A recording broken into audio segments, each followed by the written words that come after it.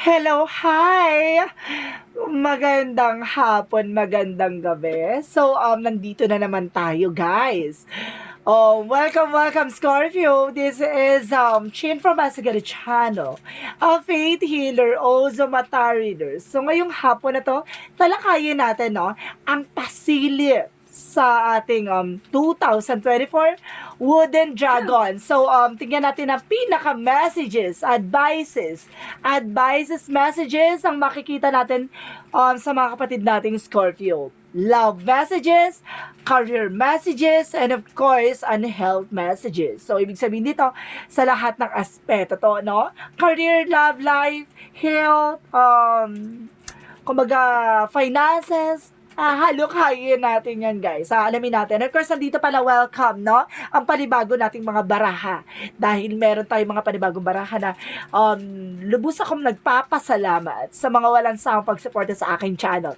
Lalo-lalo na hindi nag-skip ng ads. Kasi nakakabili tayo ng mga bagong baraha, no? Na tutulong din sa atin sa mga susunod na eksena, 'di ba? Magiging pasabog ang pagpasok ng 2024 na to. Nararamdaman ko 'yan. So umpisahan na natin ang laban. So mag-open mo tayo, no? Unboxing muna tayo. Ganun tayo, guys. So this is it. Pasabog. Pak! Ganda kati. 'Di ba? So, let's see, what is the angel's number? This is the angel's answer, no? Kung may angel's number tayo, may angel's answer tayo. So, let's see, what is messages na matatanggap at masasagap natin dyan. And of course, meron naman tayo a magical message for fairies. So, dahil ang ano natin, no? Ang concept natin is a fairy. Talagang meron tayong fairy, no? A fairy messages for all the signs, no? So, umpisahan na natin, guys, no? Wala nang patumpik-tumpik pa. Boom! Karaka! Pak! Pasabog!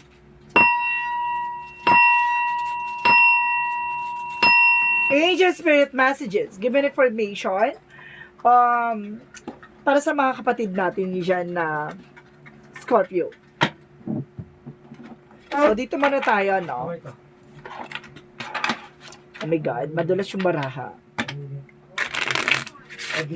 Shuffle muna tayo. Alam mo, hirap na sa maraming mga.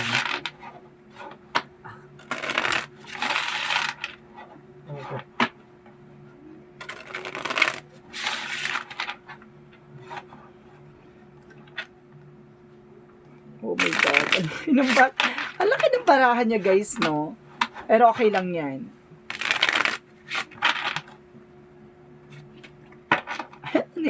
Ang dulas niya, guys. My God. Pero laban lang. Malay mo, di ba? Baka ito yung magiging pasabog sa inyo for 2024. Angel Spirit Guides, please give me information. No? For the sign of Scorpio. There is a Queen of Swords. A bigger picture. So, this is it, no? Para nabivisions mo na ang mangyayari sa'yo, no? Para nakikita mo na unti-unti ka nang nakaka-recover. At unti-unti ka nang nasusolusyonan yung mga problema mo. So, nararamdaman mo na talagang magiging maganda ang pasabog sa'yo. And because there's a Knight of Wands. So, there's a slow and steady, no? Panatiliing kalmado, no? Nang sa ganun ay hindi ka magkamali at maging maayos sa pinaka-outcome. And of course, there's a Six of Pentacles. So, ibig sabihin din dito na magtutuloy-tuloy na raw about sa finances. No? And of course, there's a Hierophant, a lesson learned. So, there's a lessons na matatanggap mo. Kung natauhan ka na, nalaman mo na yung mga nangyari from the past. So, this is it na parang alam mo na yung pinaka-way. No? Parang may mga strategy ka nang nalaman dyan. And of course, there's Two of Swords. There's a decision. So, kailangan mo na mag-decision. Information pa. So, and of course, there's an King of Wands. There's a stability. Magkakaroon ka na ng control dito. Kontrolado mo na emotions, yung finances, yung career, and love life, so on, diba? Kontrolado mo na. What is the Queen of Swords? There's a Ten of Swords. So, ibig sabihin dito, nakilala mo na yung nag-backstab sa'yo, nag-traitor sa'yo, no, kilala mo na sila. So, alam mo na yung mga ligaw ng bituka nila, parang gano'n. So, what is, a Knight of Wands. So, there's a Knight of Pentacles. So, there's a blossoming abundance. So, lalakas talaga ang negosyo o hanap buhay mo, no? Kumbaga, hindi man ganong kabilis. Pero sinasabi sa'yo dito na magkakaroon ka talaga ng kumbaga, success, no? And because there's a default card, a leap of faith, no? Magtiwala ka sa transcendent progress at magtiwala ka sa universe, no? There's a giving and receiving something by the universe, by the Six of Pentacles. Kumbaga, magtutuloy-tuloy na raw talaga yun about sa finances. So, what is the Hierophant? So, there's a Page of Swords. There's an information, no? Kumbaga, marami kang malalaman. Kasi, kumbaga, ano ka na matalas na ang kaisipan mo sa mga bagay-bagay. Hindi ka na basta-basta nagtitake ng action. Kumbaga, inaalam mo muna. Kumbaga, natuto ka na, no? Na hindi ka dapat maging padalos-dalos. So, what is Two of Swords? There's an Empress card, a revert. So, ngayon, kumbaga, there's a renewal. Panibago na yung eksena na to. So, kumbaga, there's a decision na, kumbaga, nahihirapan ka mag-decision dahil alam mo sa sarili mo na may bagay na baka magkaroon ng cause and complication, no? So, let's see what is the King of Wands. So, there's a Star card. There's a wish fulfillment. So, pinangarap mo to na magkaroon ka ng stability and stable finances. So, sinasabi sa inyo, ipagkakaloob na sa'yo. So, what is the Queen of Swords and the Ten of Swords? And of course, sinasabi dito, guys, there's a Chariot card, taking action, no? Putulin, alisin ng nagbackstab sa'yo, no? Ang minsan na naging ahas sa'yo ay ahas pa din yan. Magbalat man yan ng anyo, magbalat man yan ng, pagkataon niya, no? Kumbaga, sinungaling, manloloko. Ganon. So, there's a Knight of Wands. So, and of course, the Knight of Pentacles. No? And of course, there's a Queen of Pentacles. So, there's a practicality. Pagdating sa finances, kailangan maging practical ka. Dahil pagdating sa pera, nasisilaw talaga sila. So, let's see what is the Six of Pentacles and of course, the Fool card. There's a Nine of Pentacles, Nine of Cups. There's a wish fulfillment. So, this is it na, matutupad na yung pangarap mo. Ang pangarap mo na matagal mo nang hinangad, no? So, what is the Hierophant and of course, the Page of Swords? So, there's a Three of Pentacles. So, there's a collaboration, no? Kumbaga, magkakaroon ka ng commitment dito. Your pag-uusap or something conversations, no? Kumbaga, merong, magtatayo ka ng bagong negosyo. Oh my God. Kumbaga, nakakita ko it's, kumbaga, isang negosyo or isang bagay na makakatulong sa'yo for finances. So, let's see what is the Two of Swords and of course, the Empress card. And of course, there is oh my God, what is that? Oh my God, parang ano siya parang siya may, wala siyang pangalan, pero there's a messages, no? What we see, the symbolic of tarot drives large message from own intuitions and once reveal reflects back upon each us to turn enrich your lives. Ibig sabihin dito, may kandila siya, Tio. Parang nagsisilbi siya ng, magsisilbing kaliwanagan. So, binibigyan ka ng signs ng ating angels. Pero dito, na magkakaroon ka na ng clarity sa lahat ng bagay. And renewal. Parang bigla ka nagising or parang pinagkalooban ka dito ng kaliwanagan. So, let's see what is the King of Wands and the Star card. So, there is a Four of Pentacles. Kung baga sinasabi ng Four of Pentacles dito, protect your power, protect your energy, no? Protection na mo yung about sa finances mo. And of course, sinasabi dito, mag-savings ka, no? Magtipid ka, no?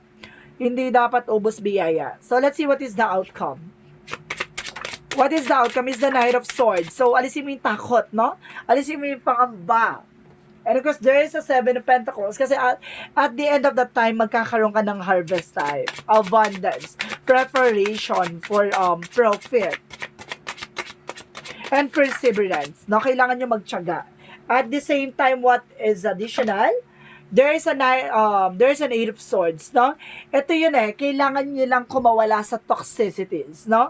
Kumbaga, there's a lot of negatives around you na kailangan nyo pakawalan, no?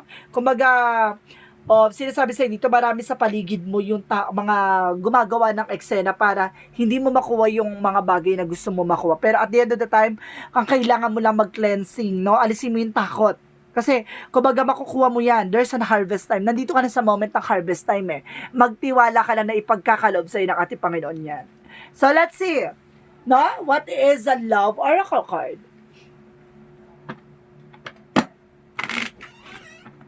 What is the love oracle card for you?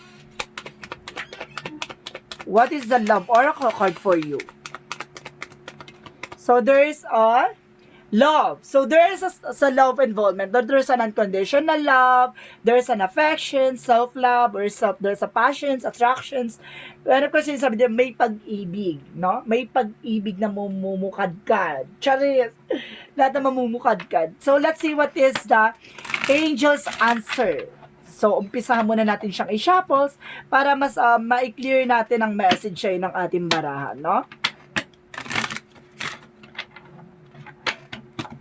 Oh my God.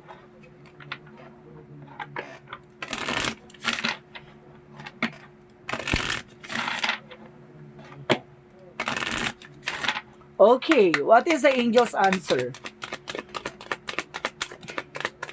There is a get more information na kailangan mo kumuha ng mga impormasyon na makakatulong sa'yo, no? Eh, yung sinasabi na alamin mo muna bago ka maniwala or alamin mo muna, parang matuto ka na sa nangyari sa'yo, no?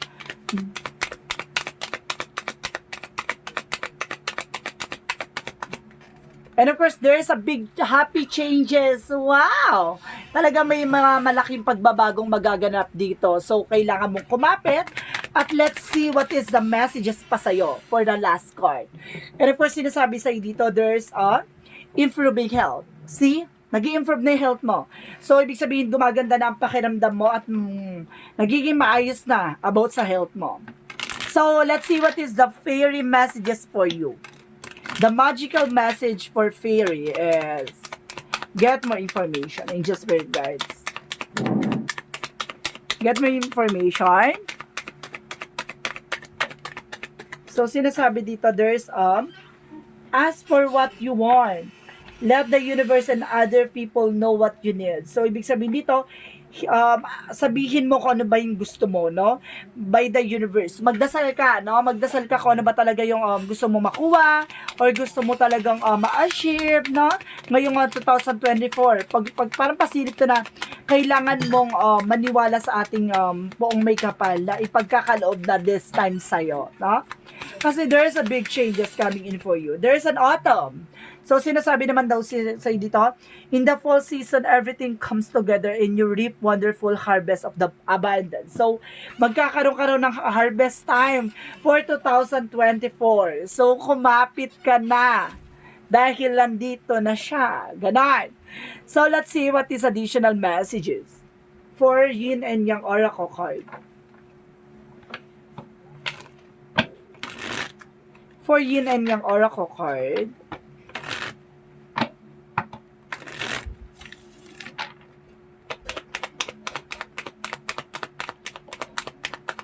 there is spring seeds. Yun nga, 'di ba?